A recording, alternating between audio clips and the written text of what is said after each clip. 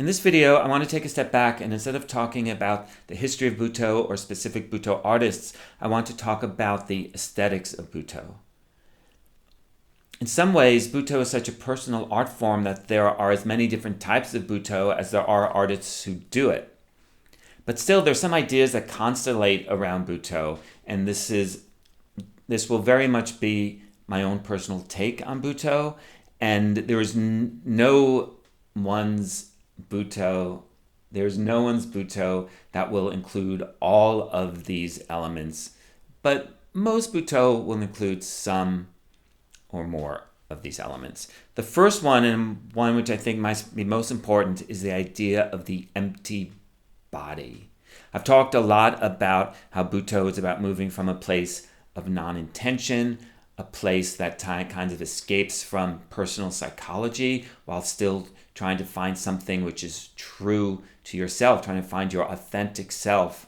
That doesn't mean escaping yourself. It means recognizing that yourself is bigger than you think it is. And one of the ways you do this is the empty body. And the idea is you want to create space in your body in order to be moved.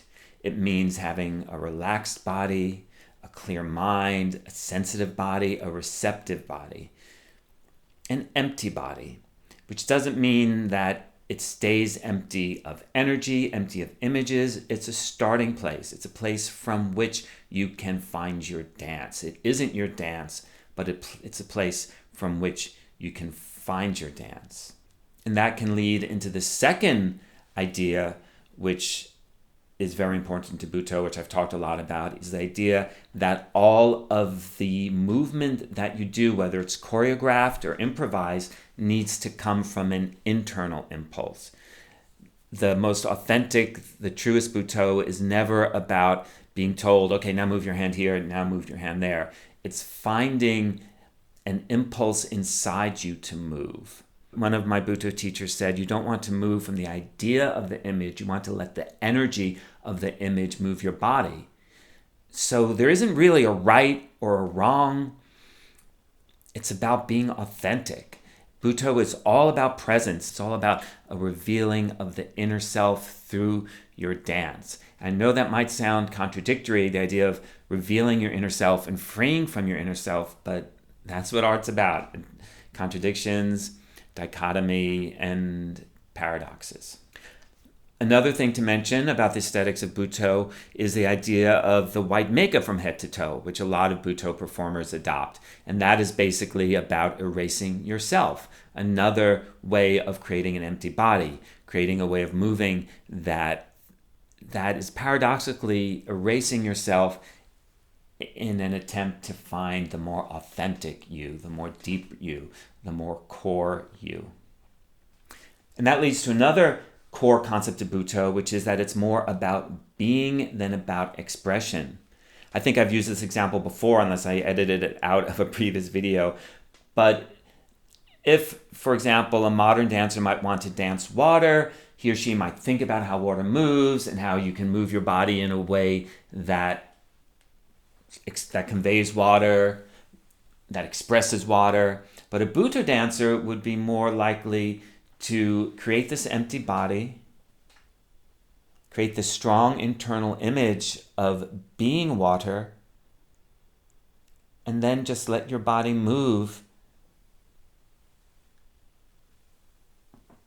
spontaneously to the energy of the image, the impulses of the image. So you're not preconceiving the Butoh, you're not preconceiving the motion, you're being spontaneous and authentic. And it's that presence on stage which is so powerful, that presence on stage, which is everything.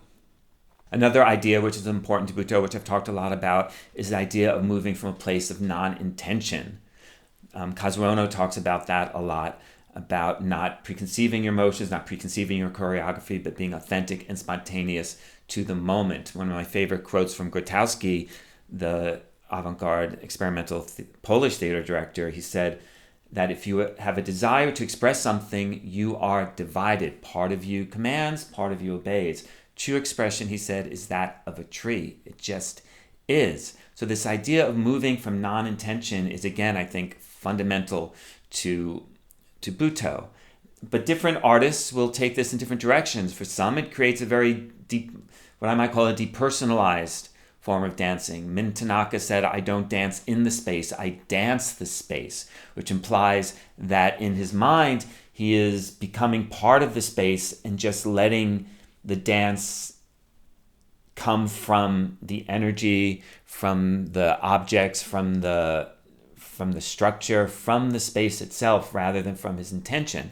Some people will reject that, like Akira Kasai would reject that as kind of an objectification of the body and tries to move from some kind of internal spirit. Kazuo Ohno especially had a depth of emotion when he danced that was pretty rare for Butoh artists. Another idea which is important to Butoh, I've talked a lot about how the internal imagery that the dancer moves from is so important, but the audience often will not know what that internal imagery is. So Butoh becomes like a Rorschach test where the audience will read their own meanings into the image. The dancer can be holding a very surreal image in their head, which is another idea which is important to Butoh, this love of surrealism. For example, one of my Butoh teachers used to teach us this choreography where you're walking on water. You lift one leg, swing from the hip, you take a step. Lift the other leg, swing from the hip, you take a step. On your hands, in your arms, you're holding a tray of water.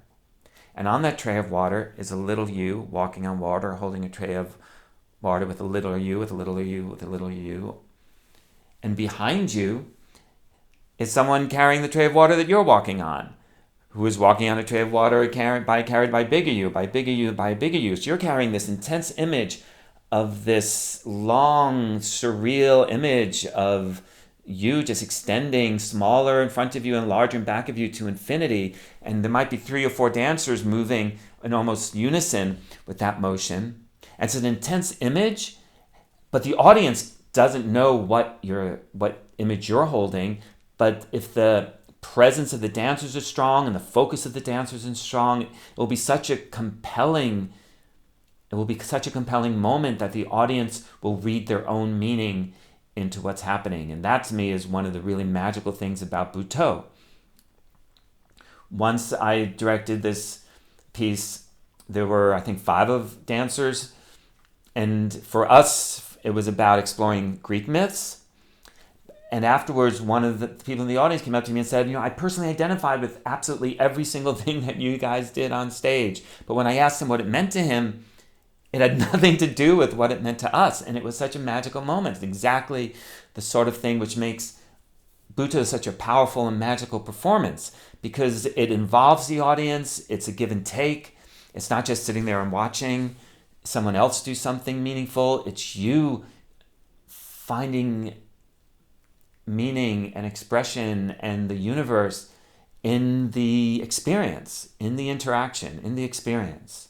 Just a few other quick things that Butoh is about. It's very much about connection with nature, because part of freeing you from yourself and finding the sense of yourself that's bigger than just your personal psychology is finding your connection with nature. So you might try to embody animals or wind or plants, or transformation is a very important part of Butoh. So you might transform from a lump of mud to a being of clay, and then the clay dries and flakes off your skin to reveal a being of light. Or you might transform from being a lobster to being a sphinx.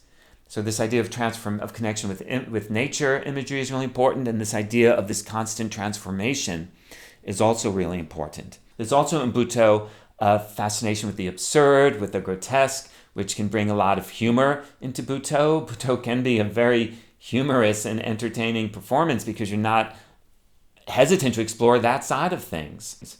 There's also in Butoh a love of performing in non-traditional performance spaces, because that's another way to remove the artifice from performance, to remove the artifice from your life. I'm not going to dance on a stage where there's a separation between me and the world. I'm going to dance in the world.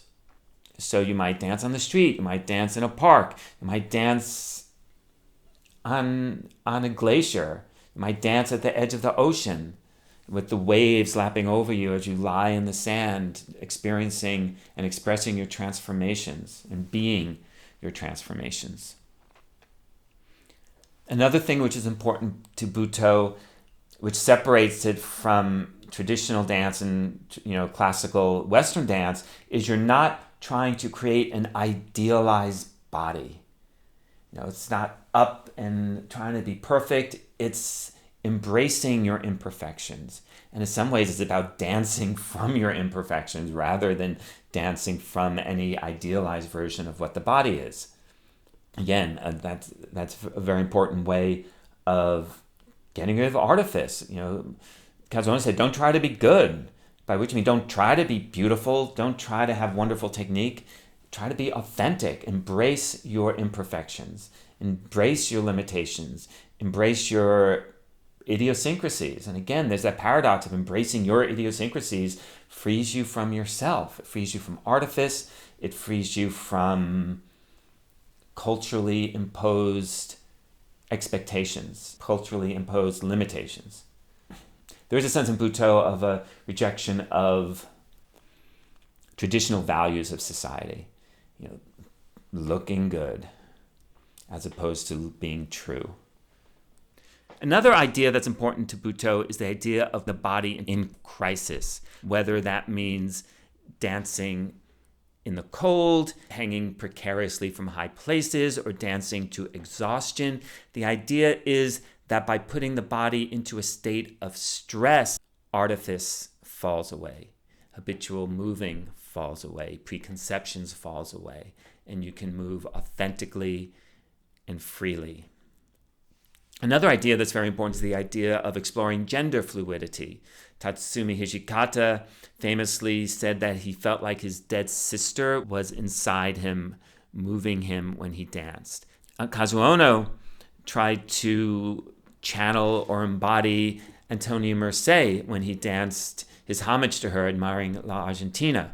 Many Butoh artists explore the different sides of gender, masculine, feminine, embodying them both, moving through them both. A very, very common aesthetic in Butoh. Another idea that's very important to Butoh is the idea that what we do, it's something real. It's not daily life, but it's not a performance either. The idea is that you've created this space, a sacred space, a ritual space, and in that space, we are going to do something real. We are not going to perform, we are going to do something real. Either a real ritual, a real interaction, a real revelation of self, something that is not performance, something that transcends performance, something that transcends daily life.